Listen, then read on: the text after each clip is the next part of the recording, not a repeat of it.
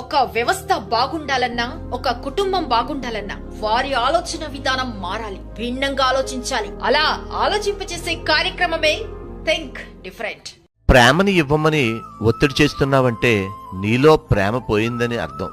ప్రేమ అన్నది ఒక అనుభూతి, ఒక అనుబంధం, లేదా ఒక వ్యక్తికి లోపల నుండి వచ్చే ఒకానొక తత్వం అని చెప్పుకోవచ్చు. అందుకే ప్రేమను ఇవ్వడం అన్నది ఉంది, కానీ ప్రేమను తీసుకోవడం అన్నది లేదు.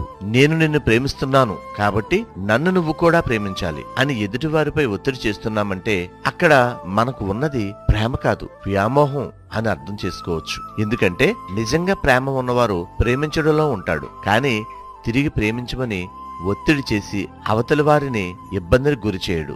నిజంగా ప్రేమలో సహకారం చేయడమే ఉంటుంది, మరింత సహాయం చేయడమే ఉంటుంది, మరింత స్వేచ్ఛనివ్వడమే ఉంటుంది.